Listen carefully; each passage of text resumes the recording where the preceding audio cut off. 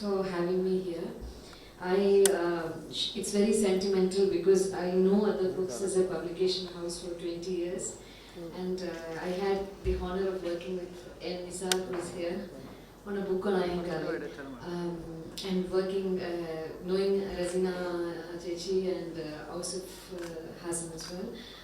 So it's a long engagement, and I have watched Other Books amplify itself, diversify itself, scale up, scale down, scale into various languages. So it's really, it's a great honor to be here, but also it feels like, in some form of homecoming. So I want to give my first thanks. Having said that, I want to say a few things about, I have not seen the French translation, I don't read French, but I want to say a few things that I feel about translating Dr. Ambedkar into other languages. The first thing is that this is a very foundational book for me personally. I remember when I read it, I must have just finished school or something like that. I was 17, and this is a book that after you read it, you're just filled with so much rage. The book that comes possibly closest to it must be Malcolm X, the autobiography of Malcolm X. But when I read this book, I was like, you just have to go and burn down the world. It's like that kind of anger gets into you. It's a book that completely shifts your focus, it shifts your axis, and it teaches you that you have not learnt anything. If there's anything that book teaches you, I had just finished school and I read this book and I realized, well, I don't know anything. It's one thing to be steeped in political struggles around you, watch things unravel around you, but you also understand that the education system that you go through, those 12 years of initial schooling, they have not even scratched the surface of what Ambedkar is trying to do, how revolutionary his ideas are, and how they want to reimagine a different future for us. So it's very, and I think this kind of a very foundational but also a very radical revolutionary text in many ways changed the course of my life and what has happened with me in the last 20 years. So, and I hope that, this is the kind of book that is both scholarly and approachable. It's both a text that calls you into action but also calls you to deliberate. It's a text that's written in a language that is intense in its anger, but also really held back in how sophisticated the arguments are and what it tries to achieve as rhetoric. So, the more languages this book goes to, the more it's published, the more people translating it. I believe that it will breathe fresh life, not only into the struggle against caste, not only into understanding India, and not only changing our lives, but also into these other languages. So there are a couple of things that I wanted to share about, for instance, the French translation. So, and this comes from a personal place that I spent the better part of my adult life, close to a decade, living abroad, shuttling between Europe and the UK. And at least the UK, I think, because it's Anglophone, but also because of colonial history, there's a slightly more nuanced understanding of what's happening in India. But I think in the European world, it's the idea of India is completely locked up into stereotypes. So people, they know there's a few stereotypes that yoga is there, or India is very colorful, or it's very crowded, or there is extreme poverty, or that it's not clean, or that girls get arranged marriage. So there are a few tropes, but nobody moves beyond those tropes, and even those tropes are what is caste, or there is. So I think that there is work, but this kind of engagement or this kind of knowledge does not exist in a broader sense. What is the idea of India? Or to understand, many of the problems that ail India from a caste prism. There was, I think, in French, there was the book on Virama, which was, I think, quite phenomenal in talking about this.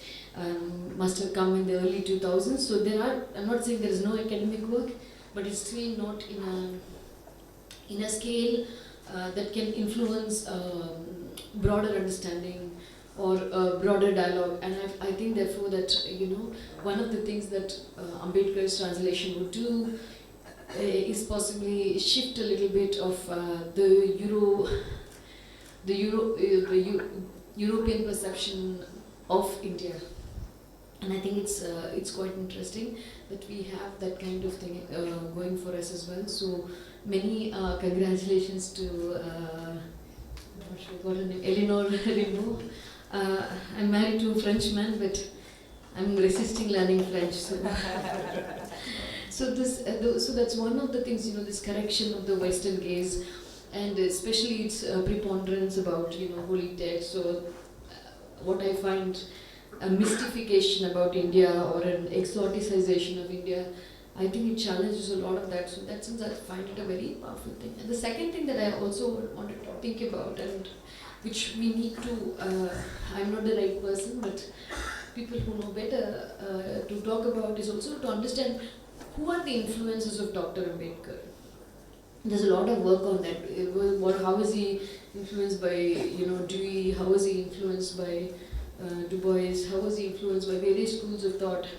And I think the French idea of the Republic was in many ways phenomenal in Ambedkar's understanding of how we in India become a republic as well. And for instance, right in the 1950s, right before we adopt the constitution, he says that India is, we are maybe becoming a political democracy, but are we equal as a society? And he says, unless we have like equality in society, this is like, even the parliament is like a palace on a dung heap. And he really sees the kind of surface level changes that are coming here without changing the grassroots as very cosmetic changes, as changes that are not profound in society. And he calls for these profound social changes. And this again is a place where I think that these concepts, and I think Professor Rahman also pointed out these concepts of what is equality, liberty, and fraternity to him, and not just we also focus a lot on equality, but also what did liberty mean? The idea of the free press, the idea of being able to say what we want to say, and what is the idea of fraternity. I think these are really interesting questions for us to sit with and to understand, and to compare between the French Republican ideals and Dr. Ambedkar's own political thought. And the third thing is, again, I was really thinking is very controversial, should we go into this? But once again, thanks to Professor Rahman for breaking the floodgates, so to say, which is the why is Other Books a great publisher for this title, and why is Other Books a great place to discuss Ambedkar, is also because of what I have seen in the recent past, is that people who wanted to hide Ambedkar, people who wanted to never talk about Ambedkar, have suddenly decided to revive Ambedkar in a very Islamophobic angle. And so, for instance, you find that some of Ambedkar's words that were written in, I think his thoughts on linguistic states, are now which is a very particular political context, which is a very particular political movement.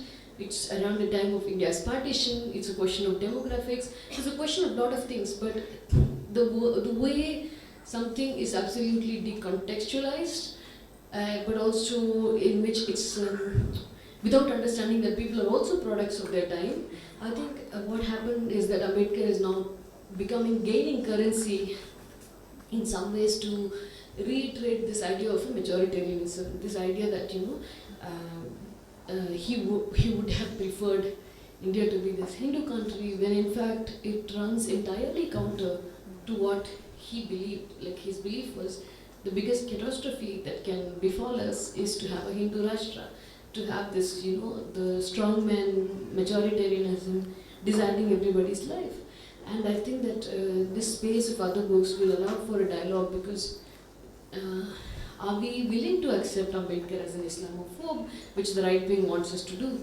Or are we going to stand up and challenge that? Because a part of the annihilation of caste is also to say uh, it was an open-ended question that towards the end of his life, Ambedkar decided to answer to the question of conversion. But it's also a question that is a burning question as far as India is concerned, like how do you actually annihilate caste? How do you escape caste? How do you destroy caste? How do you,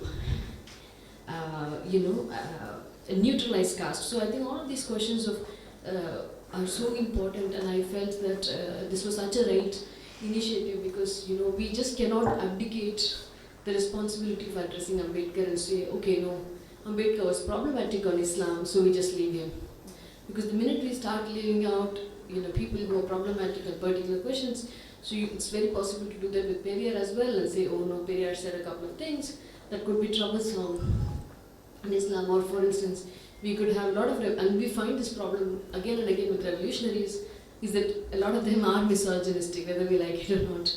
The question is, how do you reimagine them, or how do you accept them, but with a feminist lens or with a feminist lens, So I think that this question of negotiation is a very important question, and I think having a sensible publisher, having a publisher with their heart in it, who really knows how to bridge these gaps, how to initiate dialogue, I felt that that's a really important thing.